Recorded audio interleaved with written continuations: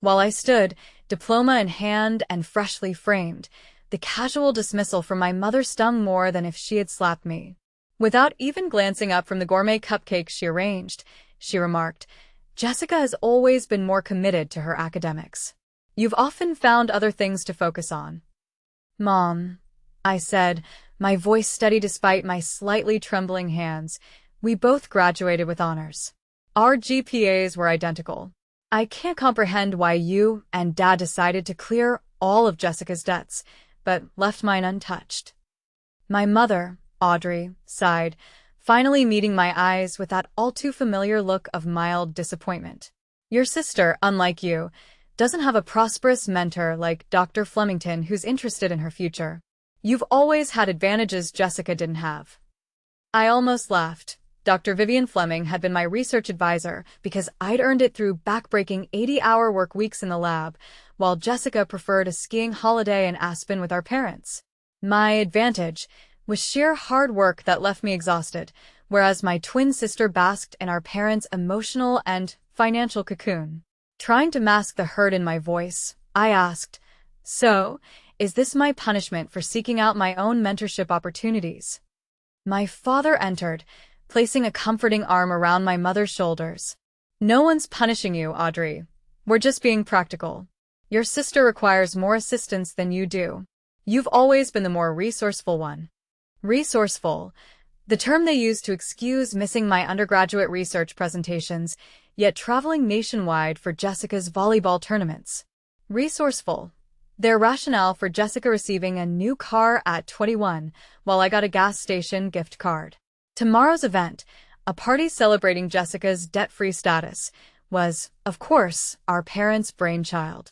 They invited extended family, all her friends, even some of our old professors. The invitation, reading celebrating Jessica's achievement, indicated as if being debt-free post-medical school was her merit and not courtesy of our parents' checkbook. "I need to head out," I stated, eventually grabbing my bag. "Early shift at the hospital tomorrow." "Will you attend Jessica's party?" my mom inquired, concern lacing her voice. Not for me, but for how my absence might mar my sister's special day. "I'll be there," I promised, although the idea made my stomach frequently turn. As I walked towards my car, my phone buzzed. Dr. Fleming had a message. "Need to speak with you urgently about the Patterson Fellowship." Big news. I stared at my screen, a cold revelation settling. My parents' bias wasn't just unfair, it was on the verge of becoming publicly humiliating, and I was powerless to prevent it. From the minute we were born, my twin sister Jessica and I seemed set on distinctly divergent paths. I entered the world first. She followed 6 minutes later. As family legends recount, I quietly observed, whereas Jessica proclaimed her presence with robust, healthy cries. Perhaps this scripted the blueprint for everything that ensued. Growing up in Cleveland, Jessica was the outgoing twin, quick to make friends and excel in sports. Conversely, I was quieter, more bookish, spending endless hours at the local library, engrossed in astronomy to zoology.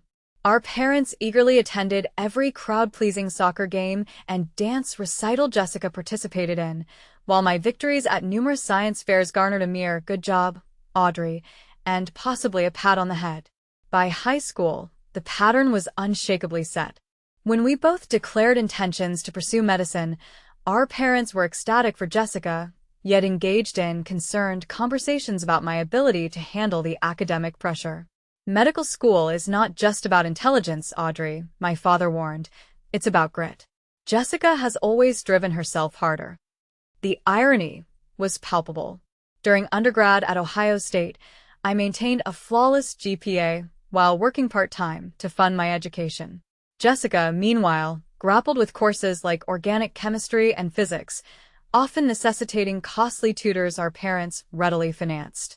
When she had to retake the MCAT, my parents paid for an exclusive prep course, yet when I achieved a 98th percentile score on my first attempt, their reaction was a simple, platitudinous, "That's nice, dear." Despite it all, I never bore resentment towards Jessica. She was still my sister, my twin, and I cared for her deeply. She wasn't the architect of our parents' partiality. She was simply its beneficiary. At times, I thought she might feel uneasy about their obvious preference, though she never voiced it. Both of us were accepted to the same medical school in Michigan, where we studied together, sustaining each other through grueling rotations, celebrating each other's successes. I believed perhaps then our parents might see us as equally accomplished. Instead, they discovered fresh ways to highlight Jessica's triumphs while diminishing mine. When I was chosen to present at a national research conference, Jessica conveniently won a community service award the same weekend. Guess which event our parents decided to attend? Everything altered during our final year, particularly when Dr. Vivian contacted me. Under Dr. Fleming's guidance, I blossomed as she noticed my research on pediatric traumatic brain injuries. For the first time, someone saw my potential and encouraged me to excel, valuing my unique personality. "You have a gift for research, Audrey," Dr. Fleming once praised me. "You see patterns others miss, an insight that can't be taught." I wish my parents could perceive me the way she did. The morning before Jessica's celebration, I visited Dr. Fleming in her office, where awards, published papers, and photos with medical luminaries adorned the walls. A striking woman in her 60s, Dr. Fleming had penetrating blue eyes that noticed everything. "Audrey, sit down," she said, gesturing kindly to the chair opposite her desk. "I have extraordinary news." Anticipation surged through me, having awaited news about the prestigious Patterson Fellowship at Johns Hopkins, the top neurosurgical research position in the nation. Only one graduating medical student would earn it. "The committee has decided," Dr. Fleming said calmly, though a smile soon spread across her face. "Congratulations, Dr. Audrey Collins. You're going to Baltimore." Joy and disbelief engulfed me. The Patterson Fellowship represented the pinnacle of achievement for any neuro researcher. I don't know what to say," I stuttered. "You earned this," Dr. Fleming assured me. "Your groundbreaking research on neurovascular regeneration after traumatic injury impressed the committee, especially with your innovative combination of surgical and pharmacological approaches." The fellowship provided not only a generous stipend and housing allowance, but also complete loan forgiveness. Through my merits, like Jessica, I would be debt-free without parental favoritism. "There's more," Dr. Fleming added, her eyes gleaming. "I've been invited to Jessica's celebration tonight. Your parents extended an invitation to faculty, unaware of our mentorship. I'd like to announce the fellowship news if you're comfortable." Alarms rang in my stomach. "I don't know, Dr. Fleming. It's supposed to be Jessica's night, and my parents might think I'm stealing her spotlight." Dr. Fleming's demeanor shifted slightly. "Audrey," she began, "I've observed your family dynamics for 2 years, seen your parents at hospital events, and heard their remarks about you and your sister. I understand your hesitation, but sometimes public recognition is necessary to be acknowledged at all." She was undeniably correct. If my parents learned of the fellowship in private, they'd diminish its significance or chalk it up to luck. "Okay," I nodded slowly. "You can announce it." Leaving her office, a text from Jessica appeared. "Mom's going overboard for night. It's embarrassing. Wish she'd put this much effort into celebrating both of us graduating," it read, jolting me. It was the first time Jessica had acknowledged our parents' unequal treatment. Before I could respond, another text arrived from my mother. "Don't forget business casual for tonight, and let your sister have her moment. This is very important to her." The stark contrast between their messages was startling. Had I underestimated Jessica all along? Perhaps tonight would unveil truths my parents had ignored for 26 years. The celebration for Jessica's debt-free achievement took place at an upscale restaurant in downtown Detroit. Renting the entire rooftop terrace, our parents spared no expense, a lavish gesture surely costing thousands. Exiting the elevator, a large banner greeted me, "Congratulations, Dr. Jessica," neglecting to mention both Dr. Collins were now in the family. Steeling myself in my navy blue dress, I resolved not to let long-standing resentments damage my relationship with my twin. Jessica quickly spotted me, breaking away from relatives to greet me. Stunning in a silver cocktail dress, her blonde hair, cut in a chic bob, mirrored mine in color, though I kept mine long and styled. "Thank God you're here," she breathed. Aunt Patty's asked me 5 times if I have a boyfriend yet. I chuckled, nerves dissipating. What did you tell her? That I'm married to medicine, but if she knows any eligible neurosurgeons, I'm taking applications, Jessica quipped. Linking arms, she murmured. This is ridiculous.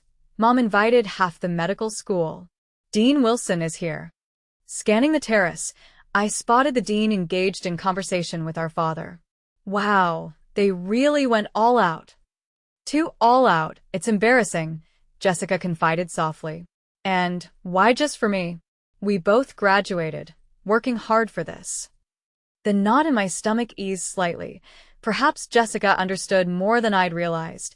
With her champagne glass in hand, Audrey, our mother, appeared and led Jessica away, saying, The Hendersons just arrived. You remember Thomas Henderson, the chief of surgery at Cleveland Memorial. You should come say hello. She glanced back at me. Audrey, could you check if the caterers have put out the gluten-free options? Your cousin Beth is concerned about her diet again. Just like that, I was relegated to catering management while Jessica mingled with hospital administrators. Nothing ever changed. I was instructing the catering staff when Dr. Fleming arrived, looking elegant in a crimson pantsuit, attracting attention effortlessly. She warmly embraced me. Audrey, are you ready for our announcement? I was hesitant. I'm not sure. The timing feels complicated. Dr. Fleming observed the party, noting the decorations, a banner, a cake with just Jessica's name, a slideshow featuring mostly Jessica with me occasionally in the background. I see, she said quietly, more complicated than I anticipated. Across the terrace, I watched my parents introduce Jessica to Dr. Margaret Wu, the chief neurosurgeon at Detroit Medical Center, where Jessica and I had applied for residency. My stomach churned. Were they securing Jessica's spot through connections? Dr. Fleming, having been noticed by my father, was approached with my mother and Jessica. What an honor to have you, my father said. I understand you've worked with Audrey? Dr. Fleming raised an eyebrow. Work?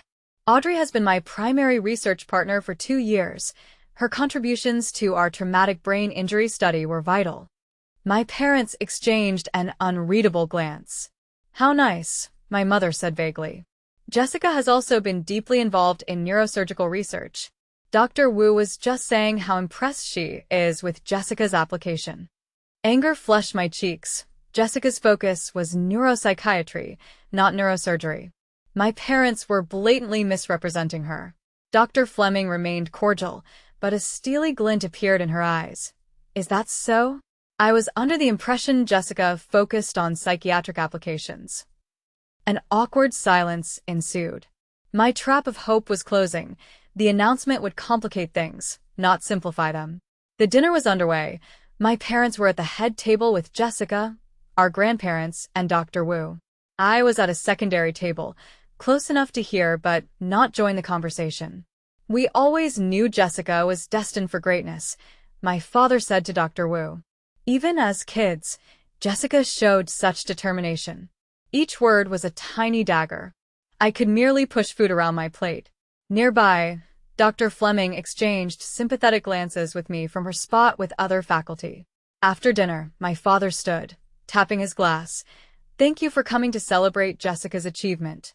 Medical school is grueling, and graduating debt-free is special. The crowd applauded. Jessica looked uncomfortable.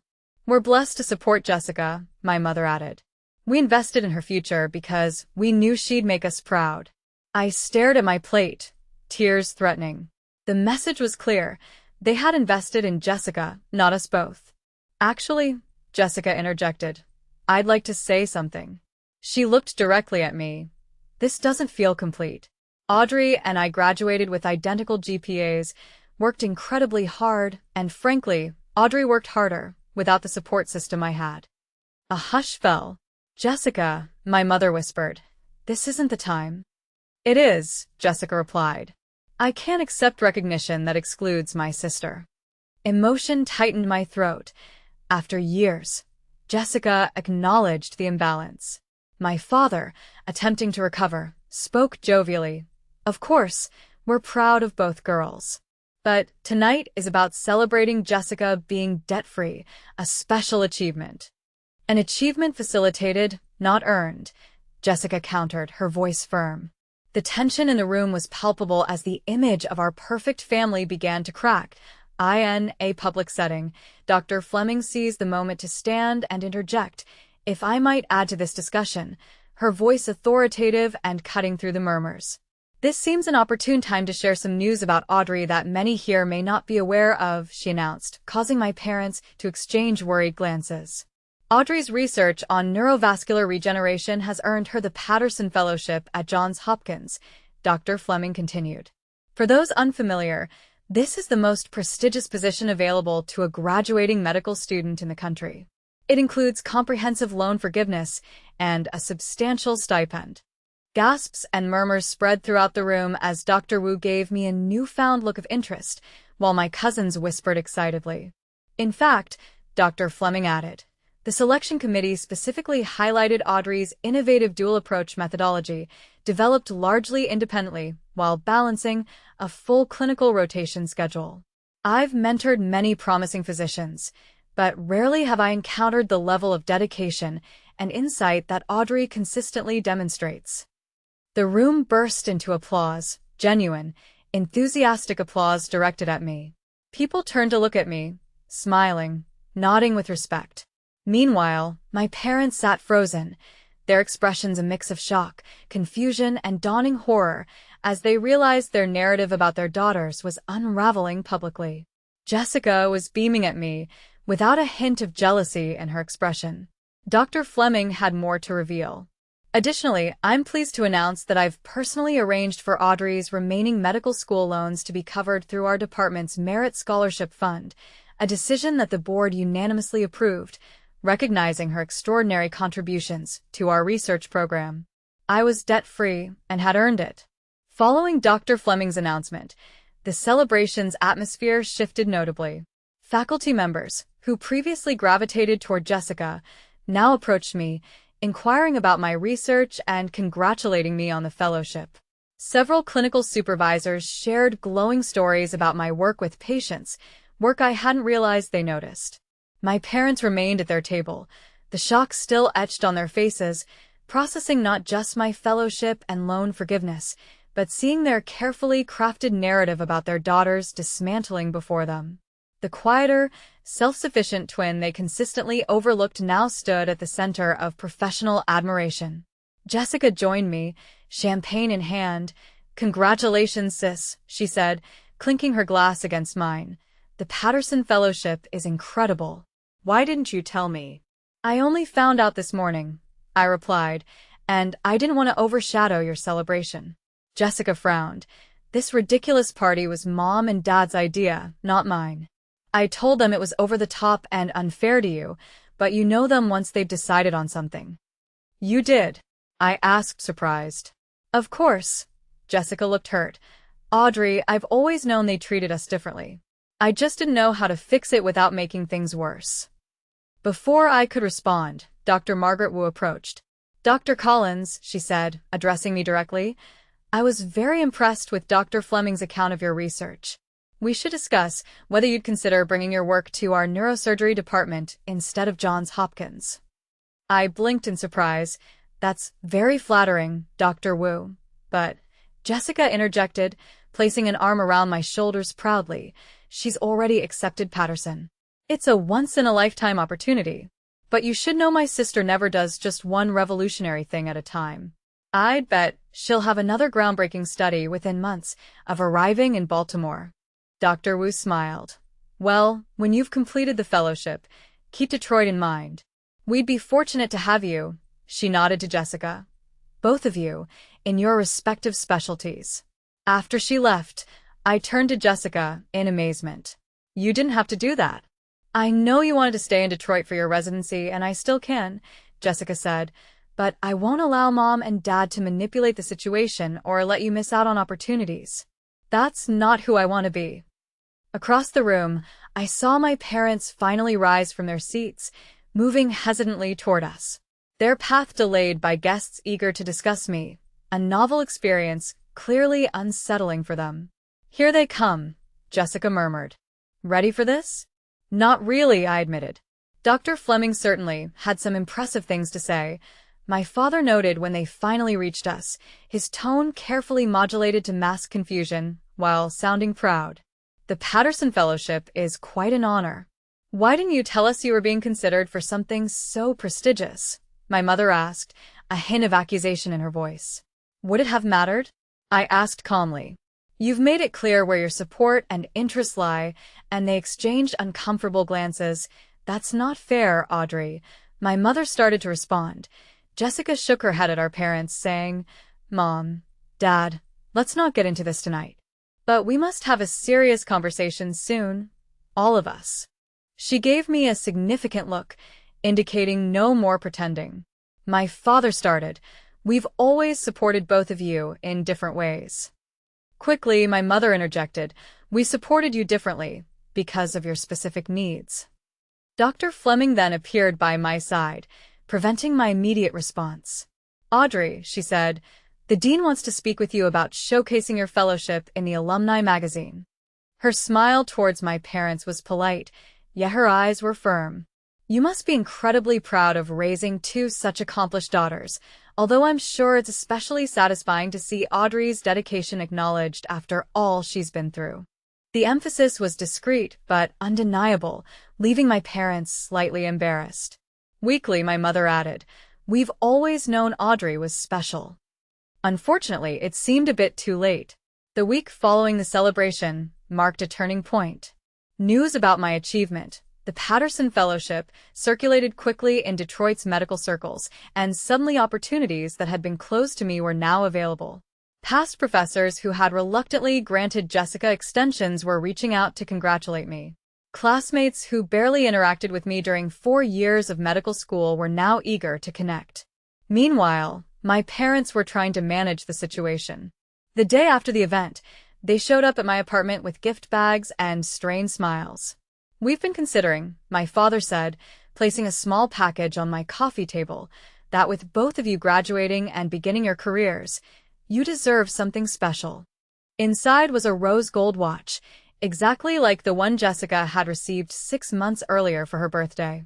It's beautiful, I said without touching it, realizing it was somewhat late.